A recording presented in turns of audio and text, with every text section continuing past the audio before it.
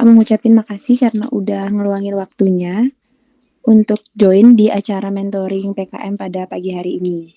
Baik, sebelum acara ini kita mulai, ada baiknya kita berdoa terlebih dahulu, berdoa menurut agama dan kepercayaan masing-masing. Berdoa, saya persilahkan.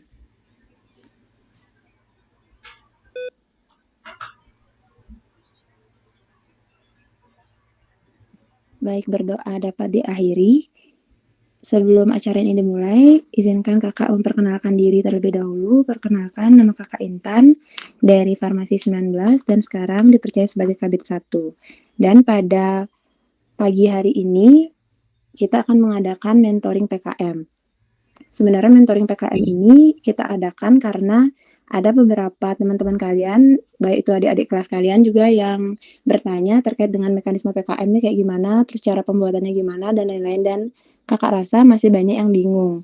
Dan ternyata sebentar lagi kalian itu udah tanggal pengumpulan PKM, itu tanggal 8 Desember ini. Jadi kami dari Bidang 1 menginisiasi adanya mentoring PKM ini.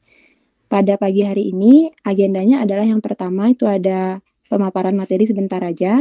Setelah itu baru dilanjutkan dengan sesi diskusi dan tanya jawab. Pada pagi hari ini juga kakak nggak sendiri, kakak di sini bersama PJ kakak dari bidang 1, yaitu Rosa.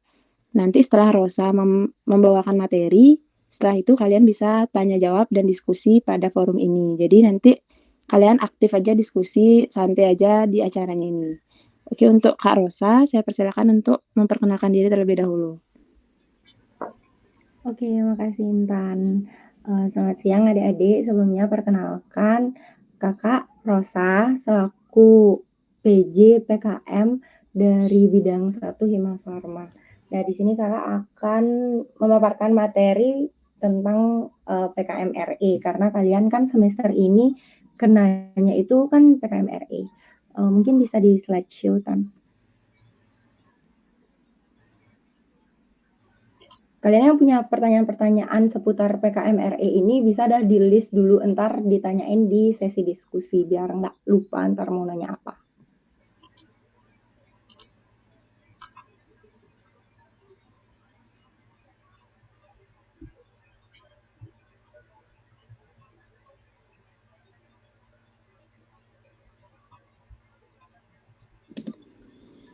Apa udah kelihatan, Rosa?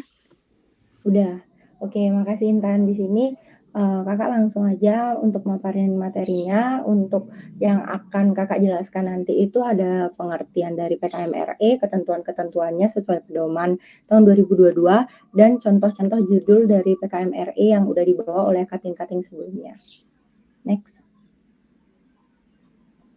Nah, mungkin beberapa dari kalian ini tahun lalu itu udah ada yang pernah ikut PKM RE, entah ikut dari cutting atau ikut sama teman dari prodi lain. Tapi pasti aja ada yang belum pernah tahu apa sih PKM RE itu.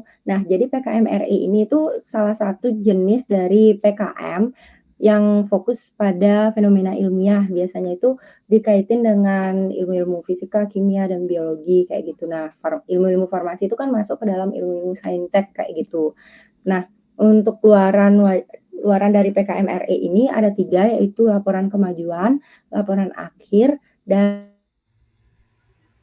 kalian tahu nanti RE ini kalau kalian lolos pendanaan kan dapat duit tuh.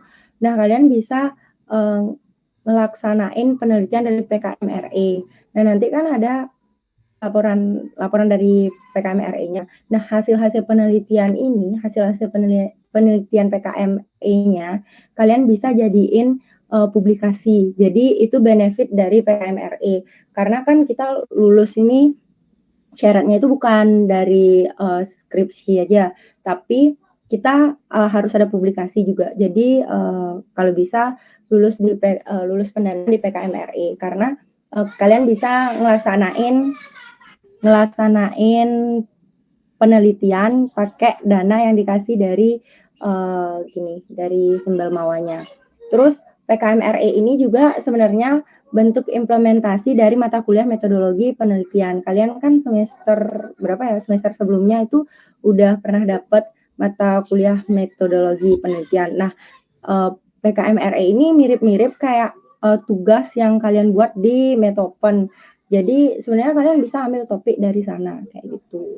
Cuman nanti formatnya aja yang beda. Kalau di Metopen itu kan pakai format tugas akhir ya. Di sini kan kita mengacu pada pedoman PKM. Tapi sebenarnya topiknya itu sama kayak gitu.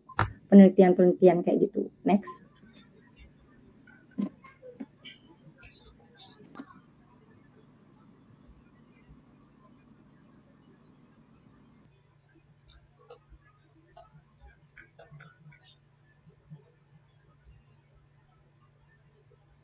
Nah, untuk ketentuan PKM RE 2022 ini kurang lebih kalian udah tahu karena kalian kan ikut PKMK. Nah, sebenarnya hampir sama ya 3 sampai 5 orang, terus nama ketua sama anggota di cover itu nggak boleh disingkat, risetnya harus sesuai ilmu farmasi. Nah, kenapa harus sesuai ilmu farmasi? Karena kan kalian wajib semua ikut PKM RE.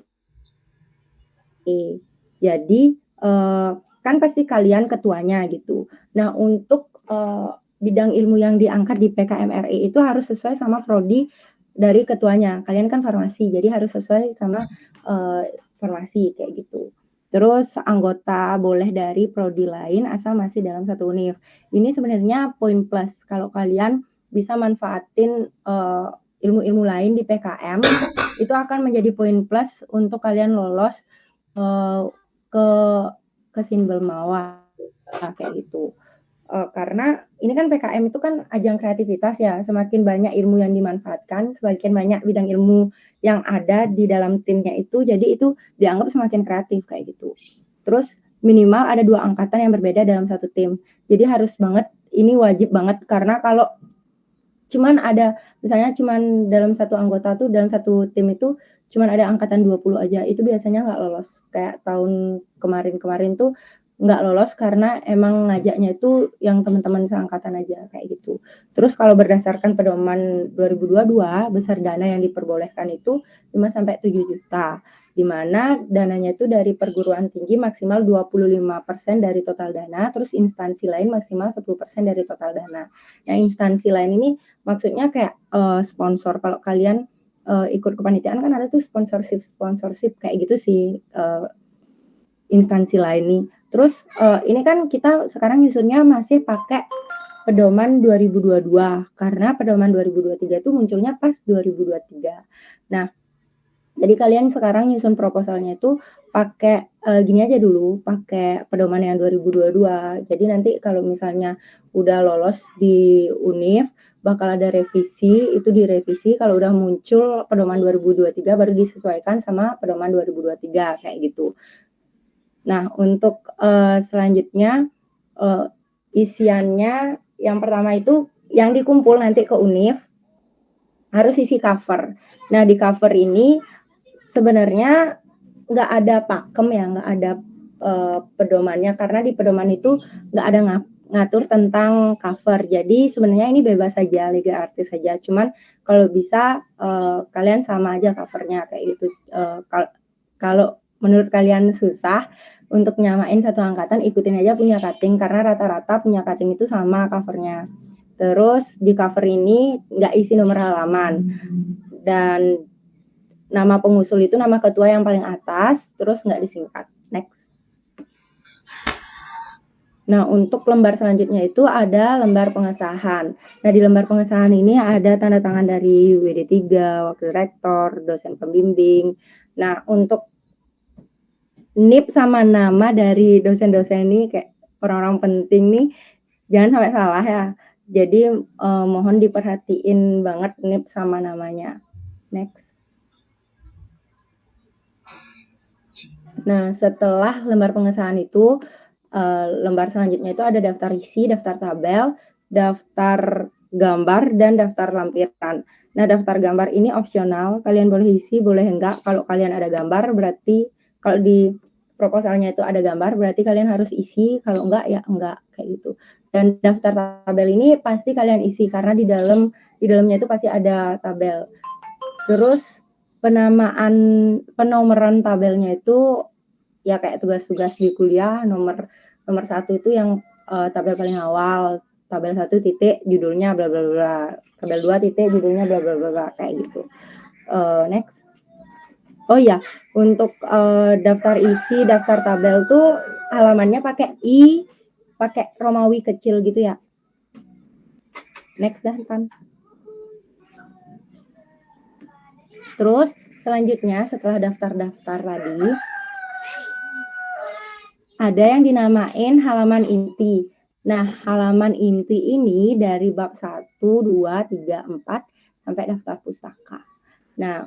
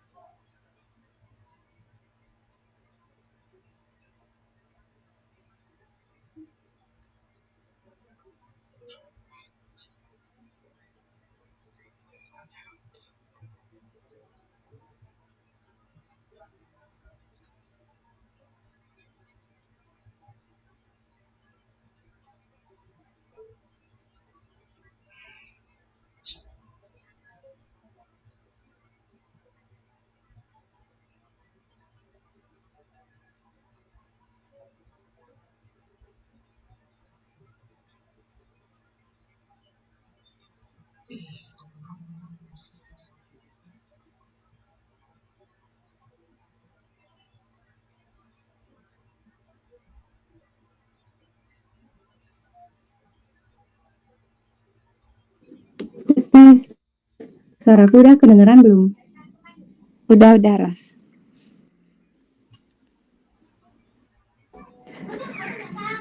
Oke. Jadi di halaman inti ini benar-benar ngikutin yang ada di pedoman.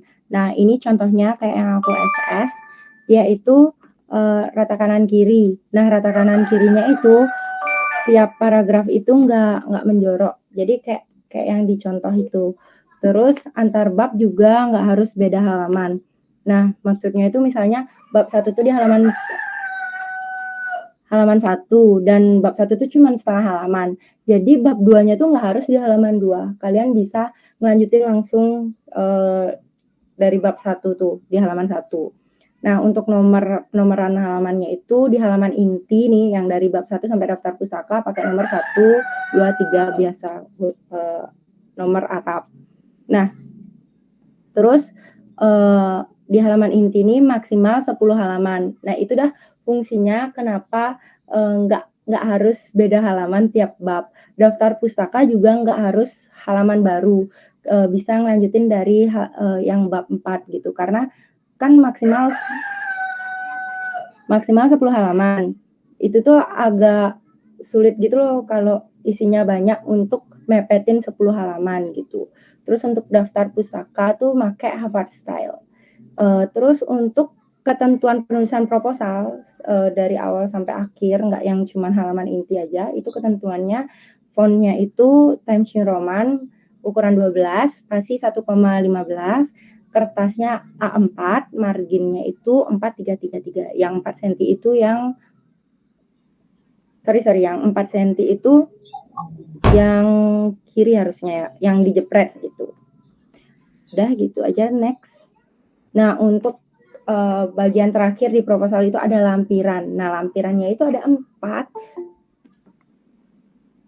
Yang lampiran pertama pertama itu biodata ketua, anggota, sama dosen. Terus yang kedua itu ada justifikasi anggaran, yang ketiga itu ada susunan organisasi, dan yang keempat ada surat pernyataan ketua pelaksana. Ini sebenarnya sama kayak PKMK, kalian kan tahun lalu ikutnya PKMK. Nah, jenis-jenis lampiran ini sama kayak PKMK. Nah, nanti misalnya kalau udah lolos Simbel Mawar, ini tuh harus ditandatanganin basah. Cuman setauku yang nanti dikumpul di ke Univ, kalau memang nggak bisa minta tanda tangan basah dari dosen pembimbing, tanda tangannya itu bisa scan atau kalau nggak salah bisa dikosongin kayak gitu. Nah, untuk contoh judul dari PKMRE ini kurang lebih kayak judul-judul di Metopen. Bisa kalian baca di slide. Itu tuh kayak kalian bisa make topik yang di tugas Metopen kalian buat tuh loh. Tugas Metopen kan individu. Kalian bisa kok jadiin itu sebagai judul PKMRE kalian kalau emang kalian anggap tugas Metopen kalian tuh bagus, judulnya unik, topiknya unik gitu. Kalian bisa lanjutin ke PKMRE. Cuman kalian kayak ngulang buat tuh karena formatnya beda. Kan ini pakai format di pedoman. Terus untuk topiknya juga nggak harus sesuai kelompok kepakaran. Misalnya kalian analisis, nggak harus kalian ngebahas tentang kandungan kayak kadar-kadar di obat atau apa gitu, nggak harus. Kalian bisa ngebahas formulasi, even formulasi itu punyanya anak tekno, kalian bisa kok ngangkat topik itu di PKMRE. Terus juga aku saranin banget karena di PKMRE ini benar-benar bisa dimanfaatin untuk publikasi kalian sebaiknya diskusi sama dosen pembimbing, karena siapa tahu dosen pembimbing mau ngasih topik, bahkan mau ngasih judul. Cuman pengalaman dari aku kalau kita ngangkat topik sendiri sesuai ide kita itu akan lebih gampang buatnya, karena kita udah ngebayangin kayak gimana yang dimaksud dari topik yang kita mau angkat gitu. Next. Udah, itu aja materi yang aku sampaikan. Sekian dari aku kembaliin ke Intan. Oke, makasih kepada Rosa atas penjelasannya. Untuk sesi selanjutnya adalah sesi diskusi dan tanya jawab. Kepada teman-teman dari angkatan 20, kalau ada yang punya pertanyaan, bisa nanti on mic atau ajukan di kolom chat. Saya persilahkan. Halo Kak, mau nanya Kak. Ya, silakan Diva. Jadi mau nanya, PKMRE ini berarti harus kayak sampelnya tuh harus dari bahan alam gitu atau boleh selain bahan alam gitu ya Kak ya? Soalnya kayak di contoh-contoh judul yang lolos pendanaan tahun ini tuh kayak semuanya dari bahan alam gitu, tak lihat. Agak bingung di sana soalnya Kak. Gitu aja dulu, makasih Kak.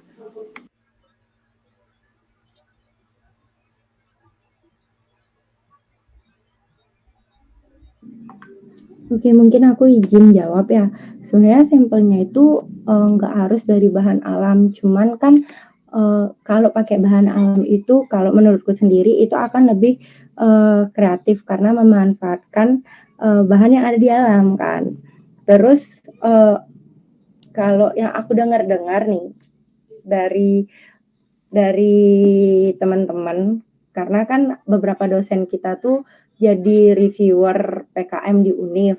Nah, biasanya yang dilolosin itu yang ada sangkut pautnya sama usade gitu. Sedangkan usade itu kan dari bahan alam. Usade Bali itu kan dari bahan alam. Nah, itu kayak lebih dianggap lebih bermanfaat gitu loh. Cuman balik lagi ke topik yang mau kalian angkat. Apakah topiknya itu bisa untuk bahan alam atau enggak? Kayak gitu sih. Jatuhnya enggak harus sih, cuman kalau memanfaatkan bahan-bahan yang ada di alam itu kan lebih gimana ya, urgensinya itu lebih dapat kayak gitu. Kejawab enggak? Mungkin Intan ada tambahan? Benar kata Rosa, aku setuju juga. Kayak sebenarnya nggak apa-apa kok kalau nggak bahan alam. Ada juga temanku yang klinis tuh dia lebih ke arah monitoring obat, pasien kayak gitu boleh kok juga. Tapi emang mostly bahan alam karena kalau aku pikir-pikir juga bahan alam tuh lebih mudah gitu loh kita ulah-ulahin. Entah dari teknik ekstraksinya kita jadiin topi, entah nanti sortasinya atau entah screeningnya kayak lebih bisa dikembangkan ke macam-macam. Kenapa Dosbing tuh menyarankan ke bahan alam? Mungkin karena itu sih menurutku. Tapi kalau kalian emang punya topik yang berbasis teknologi gitu misalnya, atau nggak ke pasien kayak gitu nggak apa-apa kok, nggak masalah. Kan nggak semua tuh harus sama kayak gitu. Untuk Diva, apa menjawab? Sudah terjawab, Kak. Boleh nanya lagi nggak, Kak, ya? Boleh, boleh. Tadi kan dibilang kalau nggak sesuai kelompok kepakaran tuh nggak apa-apa di PKMRE ini. Tapi dosbing kita tuh kan sesuai sama kelompok kepakaran kita. Nah itu berarti nanti beda dosbing lagi gitu Kak ya kalau misalnya mau nggak sesuai sama kelompok kepakaran gitu.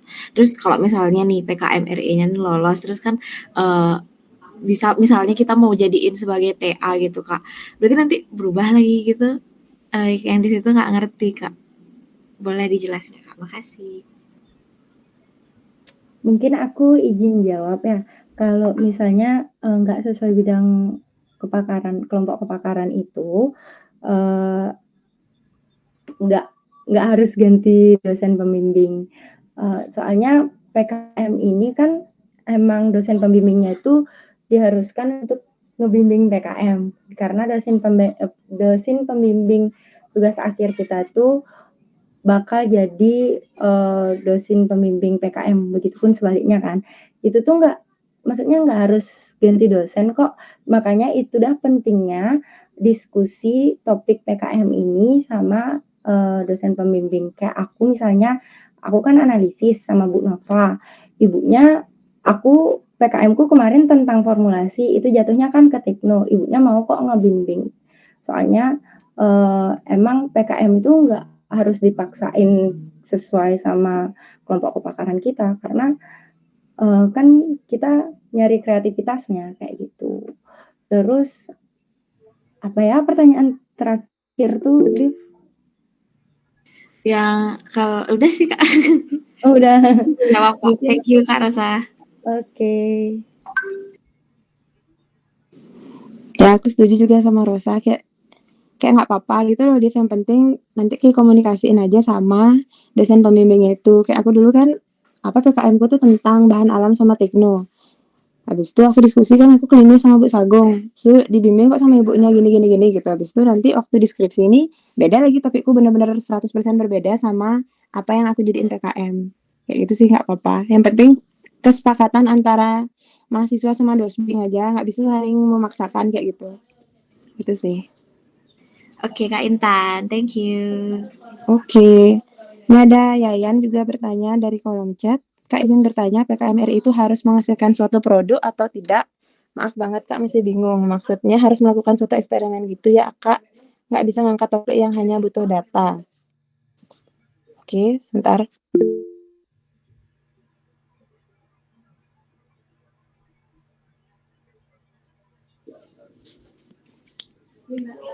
Suatu produk. Kalau menghasilkan suatu produk tuh lebih ke arah PKMK sih menurutku ya. Kewirausahaan kemarin tuh yang kita harus jualan-jualan tuh. Kalau sekarang nih yang kita hasilkan itu adalah kayak data gitu. Tapi kalian tuh emang boleh eksperimen, boleh nggak kayak gitu. Kalau misalnya contoh yang aku bilang tadi tuh misalnya dia klinis kan, tapi dia tuh tentang kayak ke rumah sakit gitu. Kan dia nggak harus eksperimen, tapi dia ke sana nyari data kayak gitu. Kakak tingkatku yang lama juga ada, dia tuh tentang terapi terapi apa gitu pokoknya di rumah sakit jiwa di Bangli. Ke sana dia nyari data. Kayak gimana aja kalian ngerjain suatu penelitian kayak gitu. Kalau penelitiannya berbasis eksperimental lab, kalian ke lab. Kalau berbasis kuesioner, kalian buat kuesioner. Kayak gitu. Kalau dari Rosa, apa ada yang mau ditambahin? Nggak tahan, udah pas jawabannya. Thank you. Oke, dari Yayan, apa ada yang mau ditanya lagi?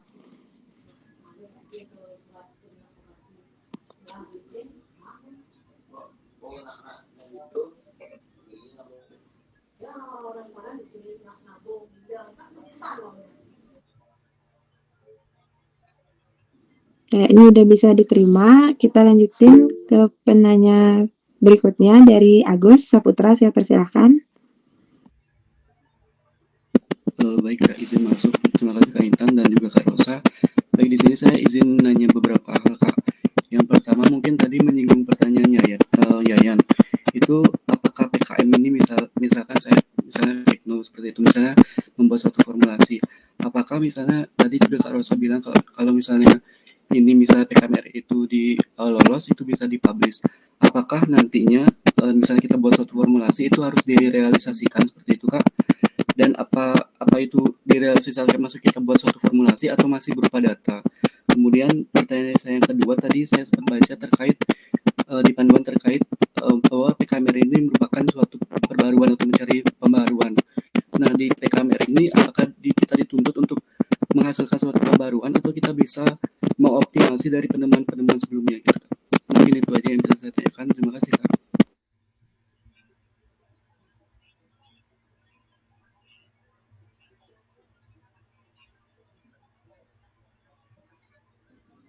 Maaf Agus, tadi agak gini, kerebak-kerebak suaranya. Intinya yang pertama itu adalah apakah kita tuh sampai menghasilkan suatu hal gitu ya, apa gimana? Coba bisa diulang Agus.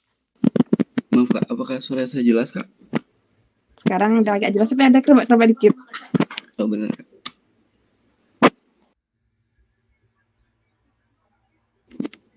Sekarang apakah sudah jelas Kak? Ya, bisa udah lebih jelas. Jadi yang pertama itu mungkin kalau misalnya kita bikin suatu formulasi itu apakah kita harus merealisasikan formulasi tersebut. Kemudian yang kedua itu terkait pembaharuan Kak. Apa kita dituntut di PKMR ini untuk menghasilkan suatu pembaharuan seperti itu. Apakah boleh kita misal mengoptimasi dari penemuan-penemuan atau penelitian-penelitian sebelumnya seperti itu Kak.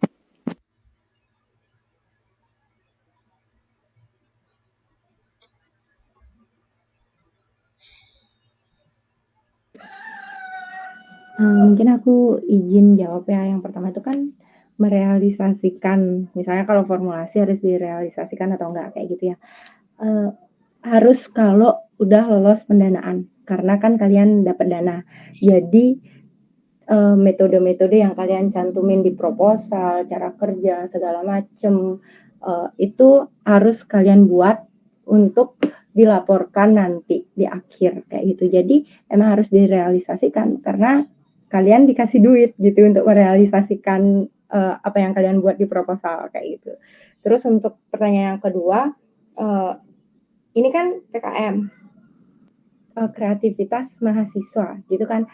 Jadi yang diutamain itu kreativitasnya. Kalau misalnya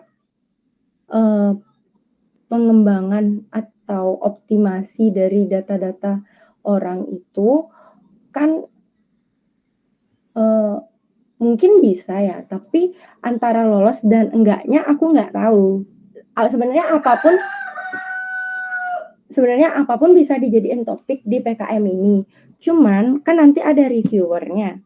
Untuk lolos atau enggaknya itu mereka ada target. Dan targetnya itu emang harus topiknya itu emang harus baru, benar-benar harus baru. Terus kreatif. Terus itu sih yang diutamain. Nanti ada kok form-formnya, kalian kan udah pernah ikut PKMK ya, kayak gitu kurang lebih formnya. Jadi emang menurutku harus topik yang kan gitu.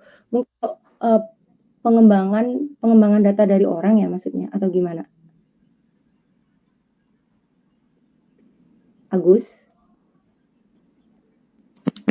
Ya izin masuk.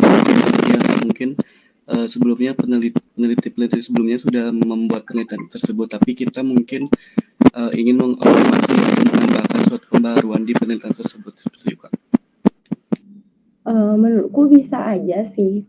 Jadinya kan jatuhnya beda topik yang keangkat sama topik yang peneliti sebelumnya angkat tuh beda karena kayak dioptimasi lagi gitu loh. Cuman emang harus ada pembaruannya, kayak nggak sama gitu loh sama penelitian sebelumnya kayak gitu. Harus ada pembedanya kayak gitu. Terus yang paling penting harus urgensinya tuh harus dapat gitu loh, kayak kenapa ngangkat topiknya ini kayak gitu. Di latar belakangnya tuh lebih kuat kayak gitu menurutku. Cuman balik lagi ntar ke reviewer maunya kayak gimana karena sepengalamanku beda reviewer itu kayak beda-beda gitu loh yang di form penilaiannya emang sama. Cuman cara mereka melihat laporan tuh beda gitu.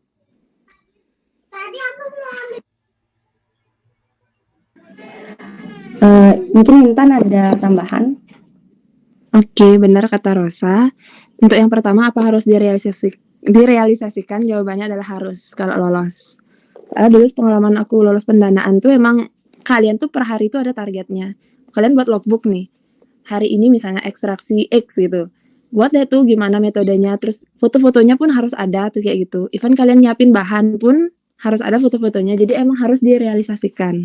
Maka dari sekarang buatlah suatu karya yang sekiranya kalian bisa realisasikan dengan mudah. Itu lo kebayang kan, oh ini kayaknya misalnya nih ekstraksi egg, oh ini kayaknya aku akan ekstraksi di lab ini, metodenya ini, terus misalnya pakai bunga gemitir gitu, oh bunga gemitir aku tahu dagangnya di sini gini-gini, kayak kalian harus udah membayangkan kira-kira gimana caranya kalian melaksanakan itu kalau lolos kayak gitu. Anggap aja udah lolos sekarang kayak gitu.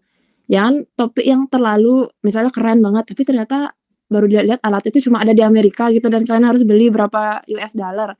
Kan mahal ya, habis jadinya uangnya kalian, kayak nggak ada, kurang bijak lah memilih topik yang kayak gitu. Itu jawaban yang pertama, harus direalisasikan. Untuk yang kedua, apakah boleh data baru atau data yang udah ada? Yang lebih baik sih yang baru, penelitian yang baru, tapi kalau optimasi dari orang lain tuh boleh juga. Nanti kalian tuh tonjolkan aja di judul kalian. Misalnya nih, kalian optimasi gininya misalnya metodenya ya.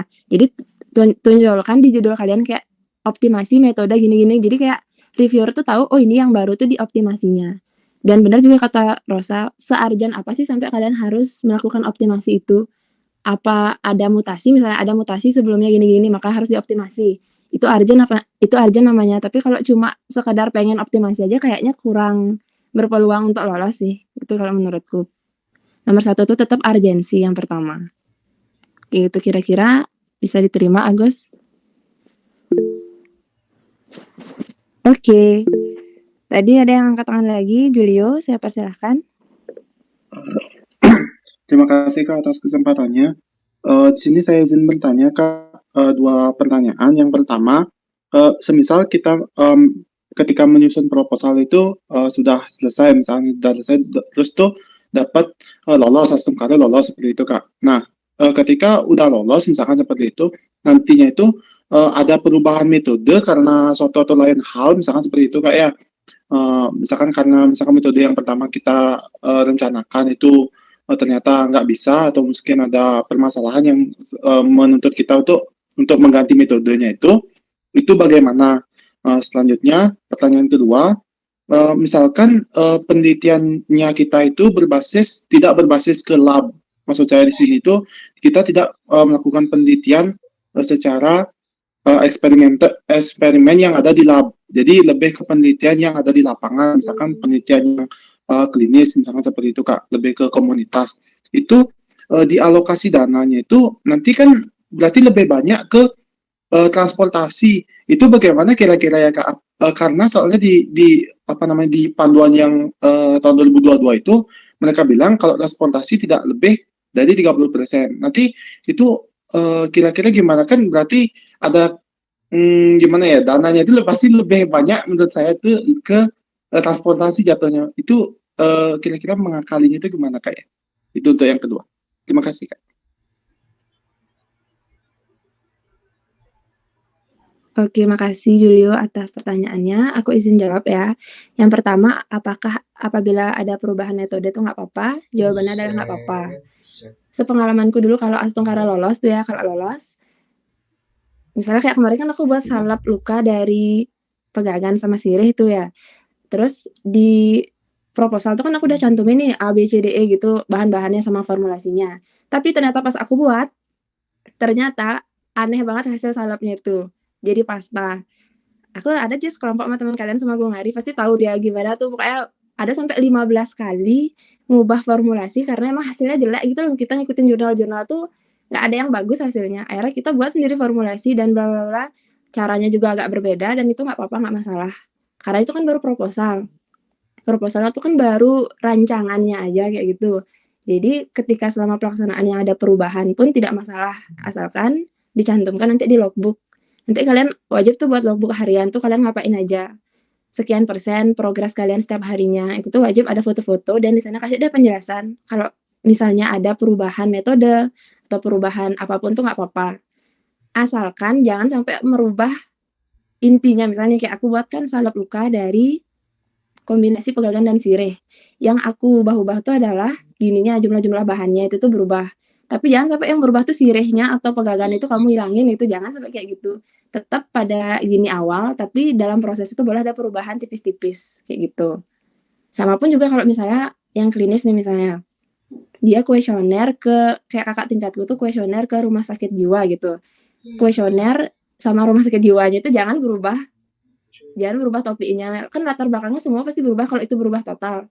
Nanti di dalam itu selama perjalanan misalnya kayak menemukan kesulitan misalnya, awalnya mungkin respondennya tuh ada kriteria inklusinya apa, eksklusinya apa, tapi ternyata selama perjalanan tuh di rumah sakit jiwa X itu nggak ada yang kayak gitu, nggak apa-apa kok kalau itu berubah. Yang penting intinya itu jangan berubah. Itu yang pertama. Terus yang terkait dana nih ya, emang kalau misalnya penelitian kalian tuh nggak eksperimental, emang dikit dapat dana. Kayak kemana ulah-ulahin emang dikit pasti dapat dana. Kayak dulu tuh misalnya aku eksperimental, aku dapat 8 juta. Sementara kakak tingkat kita yang klinis tuh cuma dapat bisa 3 juta aja, 4 juta aja karena emang nggak bisa diulah-ulahin emang karena dikit tuh emang transportasi aja dia yang isi jadinya yang lainnya tuh nggak isi karena emang nggak ngelap kayak gitu. Jadi gede-gedein di dana transportasinya jadinya mau nggak mau Julio karena emang nggak ada ngelap kayak gitu. Kira-kira kalau dari Rosa ada yang mau ditambahin? Mungkin dari dananya itu ya, emang susah banget nih mikirin dana nih, even, topiknya itu ngarah ke eksperimental, itu tuh juga susah. Nah, kalau yang, apa namanya, misalnya kayak yang agak-agak klinis gitu, yang non eksperimental gitu, topik yang mau kamu angkat, mungkin dananya itu karena ada aturan 20%, eee, cuman 20% untuk transportasi, mungkin bisa aja diakal-akalin, mungkin keperluannya cuman untuk transportasi aja kan, nanti disusun aja gitu loh, kalian perlu dananya itu berapa nah, dari total dananya itu, semua-muanya itu, dihitung aja 20%-nya, misalnya, dana transportasinya itu lebih dari 20%, lebih dari 20%-nya itu tambah-tambahin aja di, apa namanya, di dana-dana yang lain yang selain, transportasi gitu loh. Jadi emang kayak gitu soalnya aturannya. Jadi apalagi dana ini riskan banget. Dana ini bisa bikin kalian nggak lolos kalau, emang nggak pas, kalau emang dianggap nggak wajar gitu loh dananya. Jadi emang harus benar-benar dipikirin mateng-mateng dananya. Karena kalau lebih dari 20% tuh kayak riskan banget bikin kamu nggak lolos nanti, kayak gitu. Jadi emang harus diulah-ulahin dilempar gitu loh, tapi dilemparnya itu dikit aja ke keperluan-keperluan yang lain, kayak gitu. Gitu aja sih saran dari aku. Makasih. Ya setuju sama Rosa, jangan juga dana itu terlalu melambung tinggi yang nggak wajar gitu loh, soalnya ada yang kayak apa yang dimasukin sama dia tuh kayak perjalanan 300.000 padahal perjalanan kemana sih, rumah sakitnya sebelah rumahnya kayak gitu kan aneh ya. Yang kayak gitu tuh nggak ada lolos biasanya, yang terlalu nggak masuk akal dananya kayak gitu.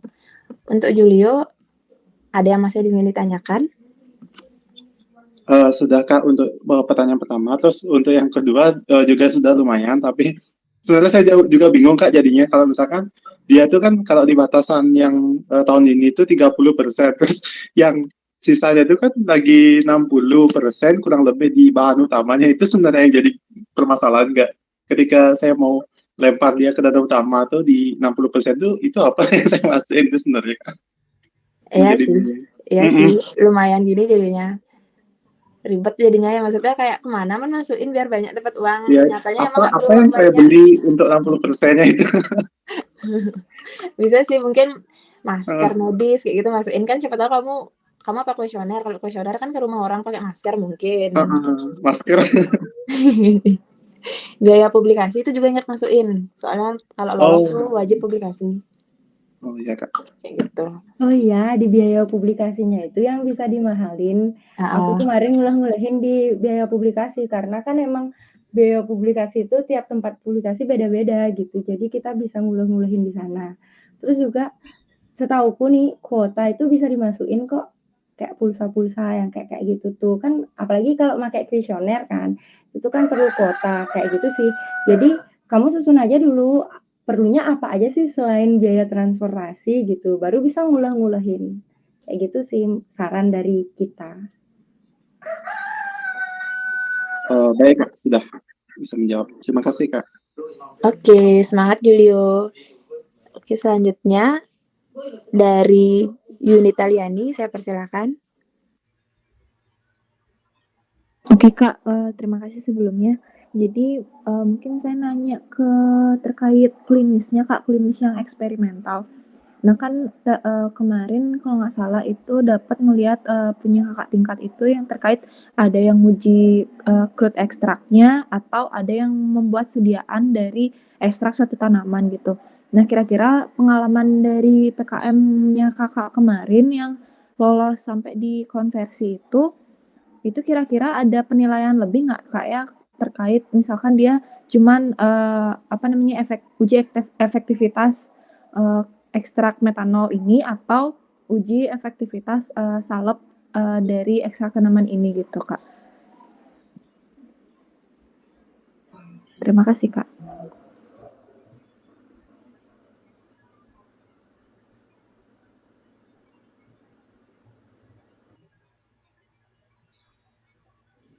Oke, makasih Yunita atas pertanyaannya. Intinya adalah apakah ada pengaruh dari efektivitas itu apa gimana Yunita?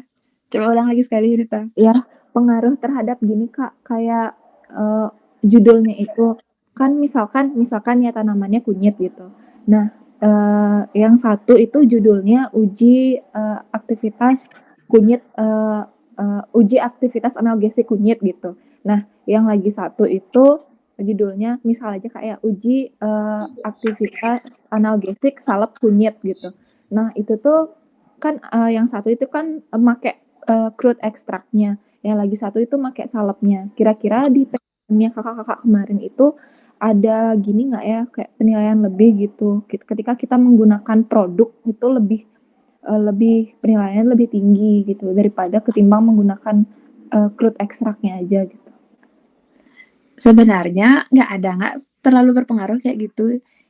Balik lagi, tadi juga Rosa udah bilang kayak yang mana sih yang lebih penting, tergantung kalian nyusun latar belakang nih misalnya sama-sama satu salep pegagan, satu crude ekstrak pegagan, kan sama aja. Terus kalian lihat sekarang latar belakangnya apa. Misalnya masyarakat itu menggunakan salep tuh kayak lebih mudah diaplikasikan ke luka gitu misalnya, lebih mudah diaplikasikan ke luka. Jelas yang salep lebih menang. Tapi kalau ternyata nggak isi acara nyobain ke luka, dan melihat mana yang lebih mudah dilakukan, yang crude ekstrak menang gitu loh. Jadi tergantung apa tujuan kalian buat penelitiannya itu, baru kita bisa tahu mana yang lebih bagus bentuk sediaannya. Kayak gitu. Mungkin dari Rosa bisa menambahkan?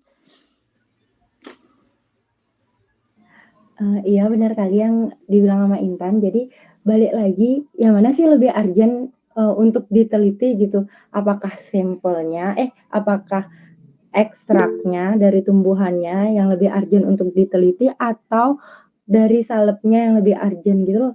Jadi di PKM ini kayak kita kayak kita juga nyari tahu di kalangan masyarakat tuh butuh hasil yang kayak gimana sih? Apakah dia lebih butuh hasil, lebih perlu hasil misalnya kayak penetapan kadar atau apa gitu, penetapan kadar di ekstraknya atau penetapan kadar di salepnya. Di masyarakat tuh lebih diperluin yang mana sih, kayak gitu loh jatuhnya. Jadi kayak lebih urgent yang mana, kayak gitu. Jadi sebenarnya kalau ditanya mana lebih urgent tuh kalian harus menangin di latar belakang gitu loh. Kalian harus benar-benar pintar buat latar belakangnya biar kelihatan, penelitian kalian tuh benar-benar harus banget dilakuin kayak gitu.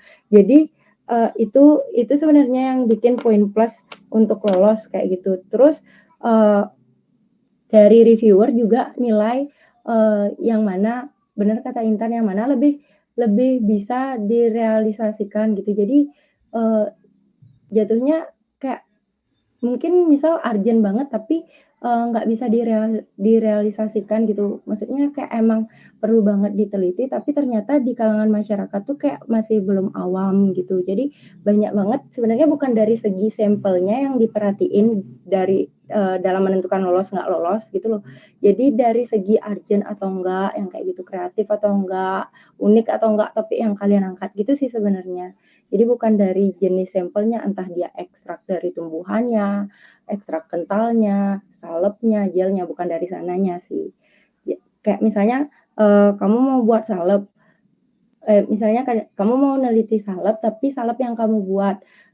Jadi di latar belakang tuh biar lebih kelihatan urgent tuh kamu harus, bilang kenapa kamu neliti salep, padahal kan banyak sediaan lain gitu loh, ada gel, ada krim. Jadi kamu harus tunjukin kenapa sih harus salep, mungkin karena di masyarakat itu lebih banyak pakai salep. Jadi kayak itu di sana titik urgensinya, kenapa penelitian kamu tuh harus dilakuin, kayak gitu loh, harus ditekanin di latar belakangnya sebenarnya.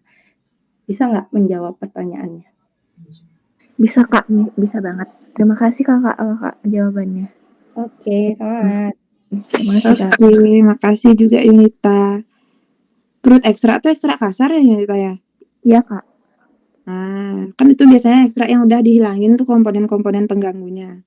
Kalau misalnya selama ini ternyata nih setelah kamu riset, ternyata peneliti itu lumayan kesulitan dengan adanya pengganggu di ekstrak-ekstrak yang selama ini mereka peneliti. Makanya itu urgent untuk diangkat crude ekstrak.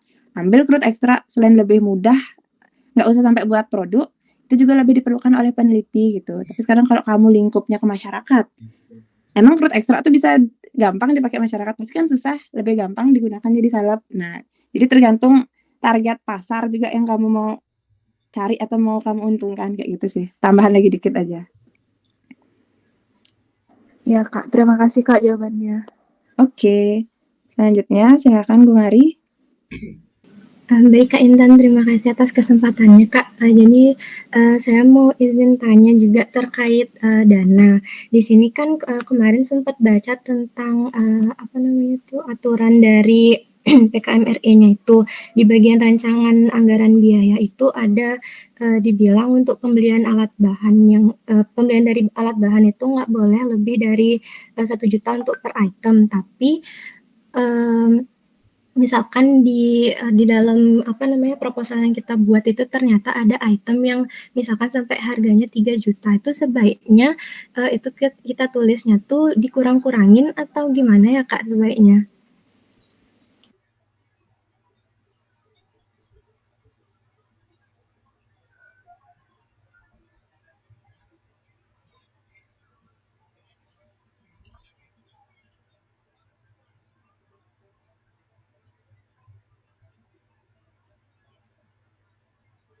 Mungkin aku izin jawab ya.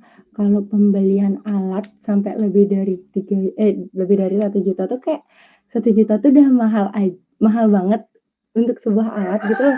Jadi sebenarnya peraturannya ini udah masuk akal. Mungkin, yang kamu bayangin mungkin alat-alat gede kayak, yang kamu perluin kayak misalnya rotaf yang kayak gitu tuh, itu tuh sebenarnya nggak usah dibeli, kayak nyewa aja, dan itu, emang kamu harus gimana ya, bukan diulehin no, kayak emang udah masuk akal dia, kalau alat lebih dari 1 juta tuh kayak nggak masuk akal gitu loh.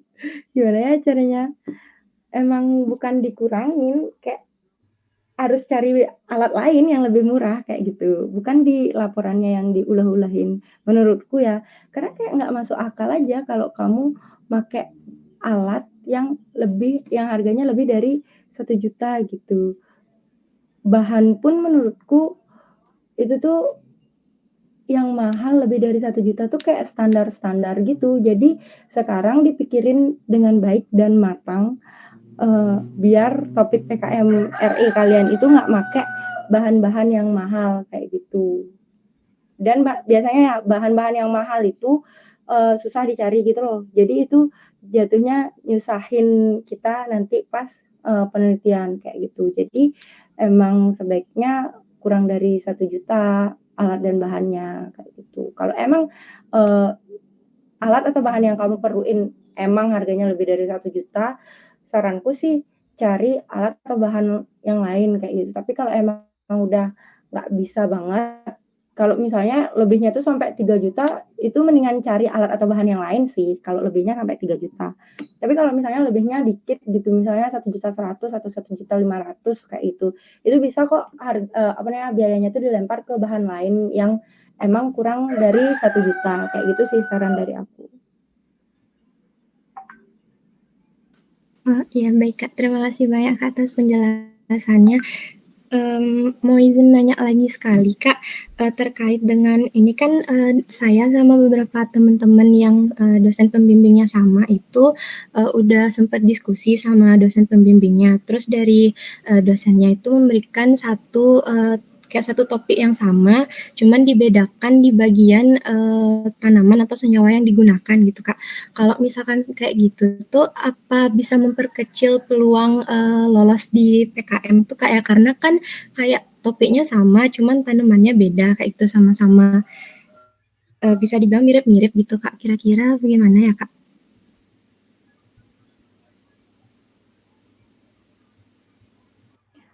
Kalau menurutku sih memperkecil atau enggak itu relevan ya.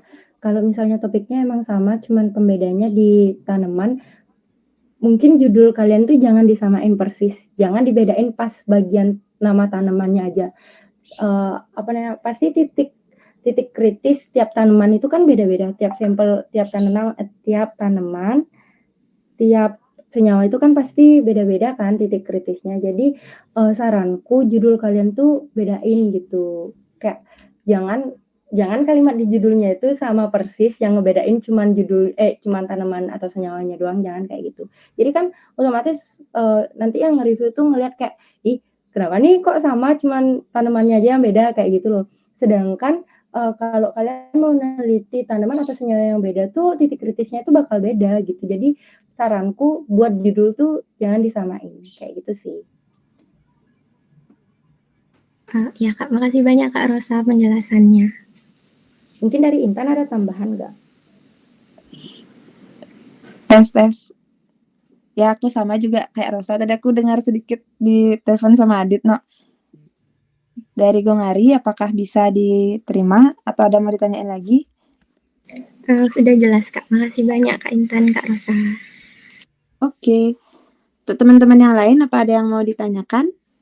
Mungkin ada yang bingung atau ada yang udah dapat topik, terus mau diskusi. Di sini nanya-nanya boleh.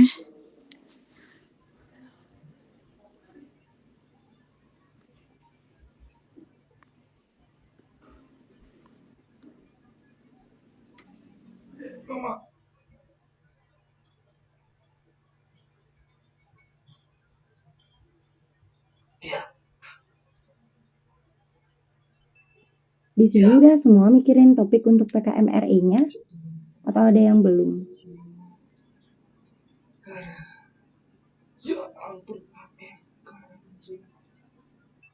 Masih belum fix gitu sih Kak, kayak cuman lagi nyari-nyari aja soalnya kayak gimana ya, bingung gitu gimana caranya kita nentuin, mau pakai tanaman apa yang kayak gitu tuh loh Kak. Kalau dari Kakak sendiri ada tips gitu nggak, untuk nyari topik yang gimana caranya biar ketemu topik yang dapet urgensinya tapi bisa gampang juga gitu Kak, ada tips nggak Kak?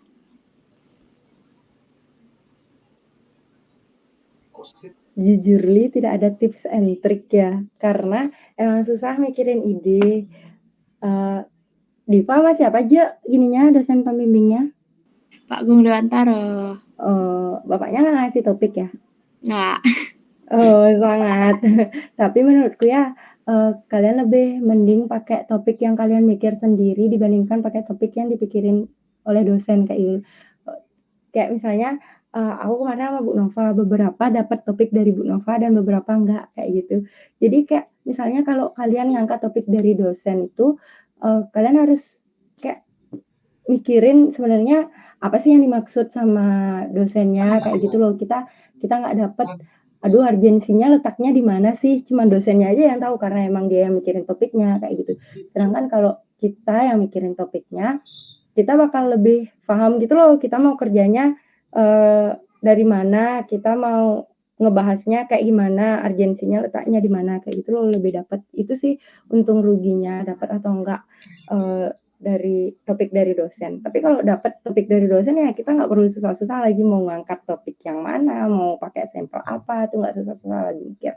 Tapi kalau emang kalian udah mentok banget, kemarin kalian udah buat tugas Metopen kan ya?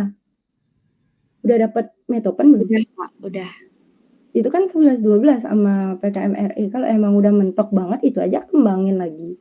Kan ya kalian kan juga udah buat latar belakangnya kan, kalian udah tahu letak urgensinya di mana.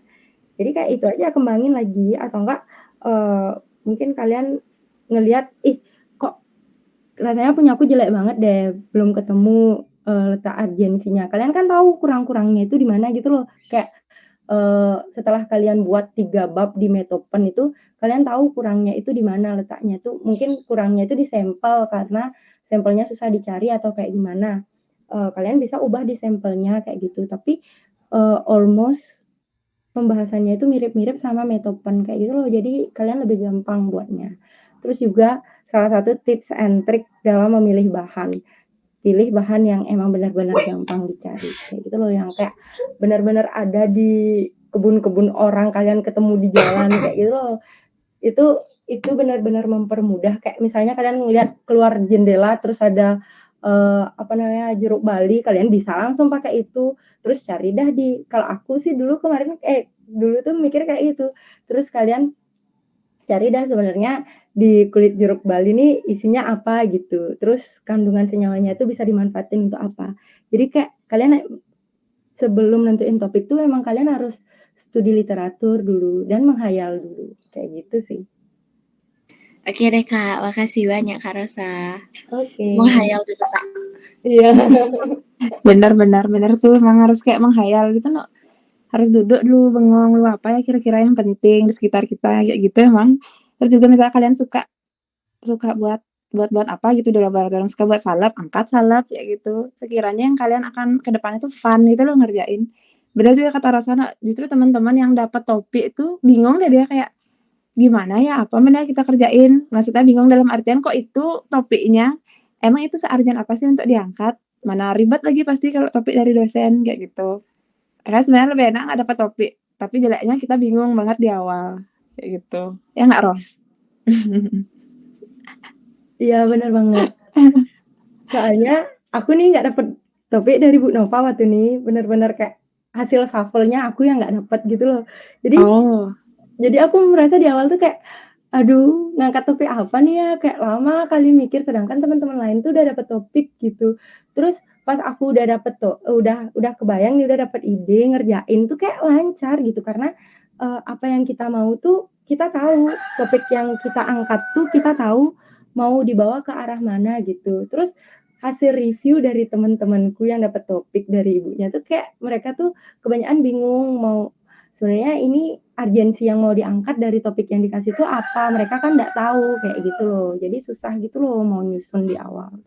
Benar setuju, mana lebih mahal lagi jatuhnya tuh bahan-bahannya jadinya. Iya. Karena topik dari ibunya kayak gitu. Tapi kalau kalian memang udah dapat topik dari dosennya nggak apa-apa, kembangin itu. Kalau kalian merasa nih ada yang menurut kalian bakal semahal itu untuk dibeli, tanya ke dosennya maksudnya kayak, "Pak, kira-kira ini terlalu mahal, apakah kami bisa mengganti atau bagaimana sebaiknya Pak?" Minta aja saran sama bapaknya. Karena ujung-ujungnya percaya sama aku yang ribet tuh di kalian pasti no. Kayak gitu deh pokoknya, kayak aku aja dulu PKMK tuh, kita juga semua ngerjain gitu loh, uang tuh juga bakalan habis kalau alat-alat yang kita pakai atau bahan-bahan yang kita pakai tuh kemahalan, kayak gitu. Jadi yang sederhana-sederhana aja tapi bermakna kayak gitu. Gitu sih. Ya, benar. Tapi kalian tuh harus tetap diskusi sama dosen pembimbing. Jadi tuh Betul. PKMRE ini sebenarnya ajang PDKT-an sama dosen pembimbing tahu, karena nanti kan dosen pembimbingnya ini bakal jadi dosen TA kalian, kayak gitu loh. Jadi kalian deket-deketin aja dosen pembimbing kalian. Betul betul.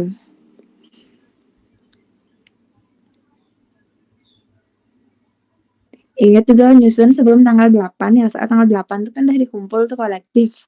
Biasanya kan sebelum itu lah kita ngumpul dulu di BEM, habis itu baru BEM-nya ngumpul tanggal 8 kayak gitu. Pokoknya semangat aja, apa aja ada di otak aja tuang-tuangin aja. Siapa tahu kan lolos kan, karena emang random banget yang lolos sama yang nggak lolos tuh.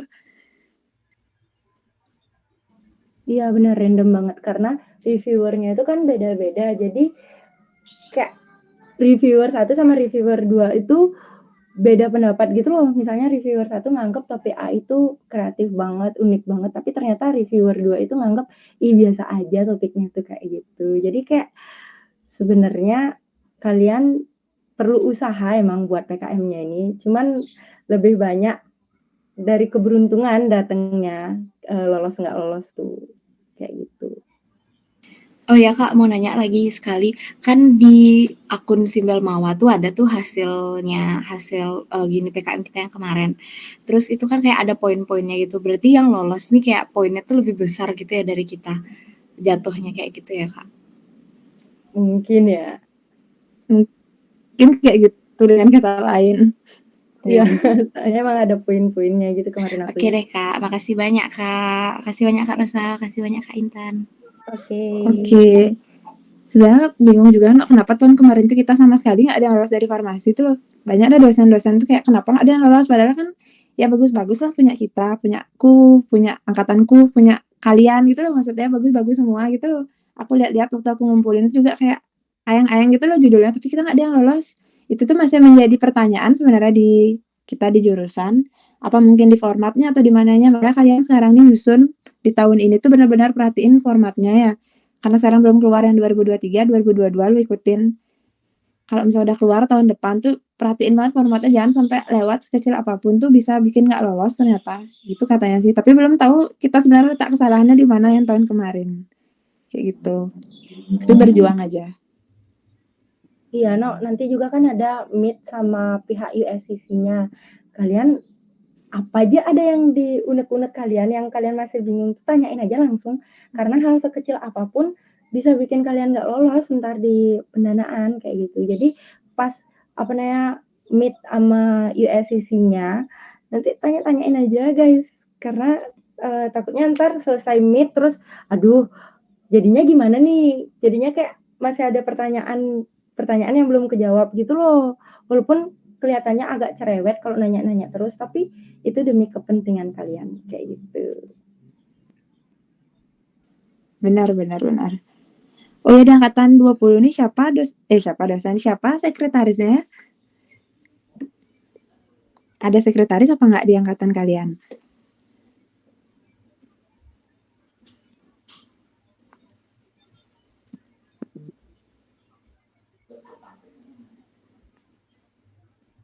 Izin jawab Kak Intan. Ya? Nggak ada Kak. Oh nggak ada?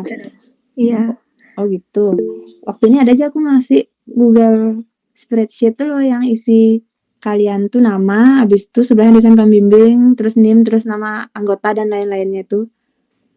Oh yang isi judulnya tuh Kak ya? Isi judul nggak, isinya judul PKM ya? Siapa Isi aja aku kasih ya? Diva atau Agus tak kasih ya? Agus sudah ada nge-share Kak. Oh iya Agus. Ini Pak Eka minta katanya cepetin isi dosen pembimbingnya ya, soalnya mau dibuatin surat tugas kayaknya. Nggak apa dosen aja dulu isi semua. Mungkin Nia bisa kasih tahu teman-temannya, atau Nia ada daftar yang udah isi dosbing kayak gitu, copy aja ke sana. Ada sih Kak, dikasih sama Pak Ace-nya. Nah itu dah. Soalnya anggota tuh pasti kalian belum fix kan, nggak apa-apa, ada belakangan aja, itu yang penting dosbing aja dulu katanya. Oh gitu, oke Kak. Oke, makasih Nia. Yuk. Angkatan 20 ada yang mau nanya lagi kah kira-kira?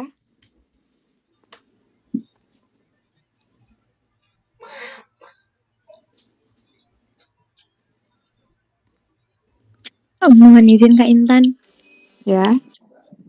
Maaf Kak, mungkin ini kayak agak spesifik, kayak mau nanya Kak, diskusi sama Bu Sagum itu kapan ya Kak bisa kita mulai? Kayak soalnya kalau kita, sempet beberapa kali tuh nanya-nanya mau ngajak, Bu Sagum diskusi itu kayak ibunya tuh rada tidak merespon gitu loh Kak, tiba-tiba topik lain lah dah lagi diomongin sama saya gitu Kak. Jadi kayak bingung mau dan kita juga belum kepikiran gitu loh Kak, mau ngambil kita semua di satu bimbingannya Bu Sagung tuh kayak bingung mau ngambil apa dan apakah setelah kita punya draft baru kita boleh ngajak Bu Sagung diskusi atau gimana ya Kak kira-kira?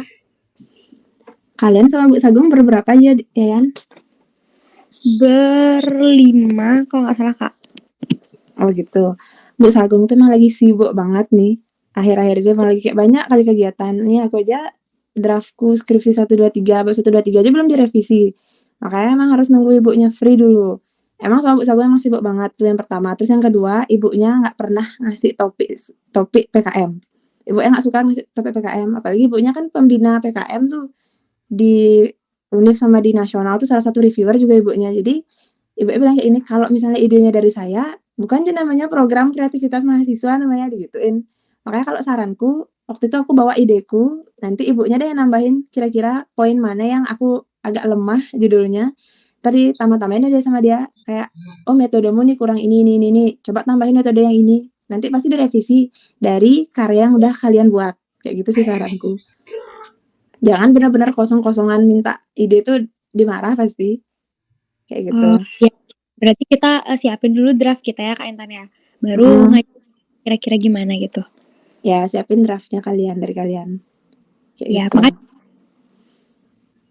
Oke. Teman-teman yang lain ada yang mau bertanya lagi kah?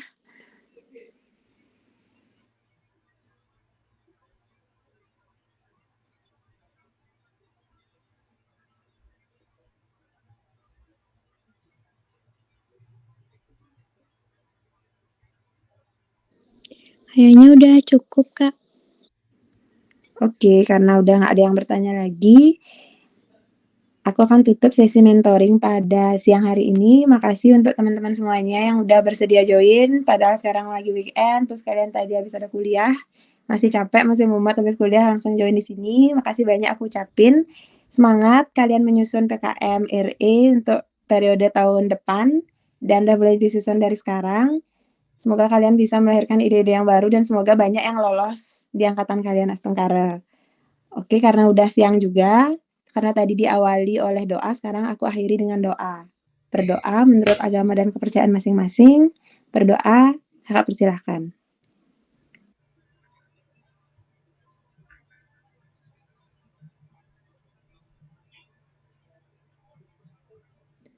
Oke, berdoa dapat diakhiri.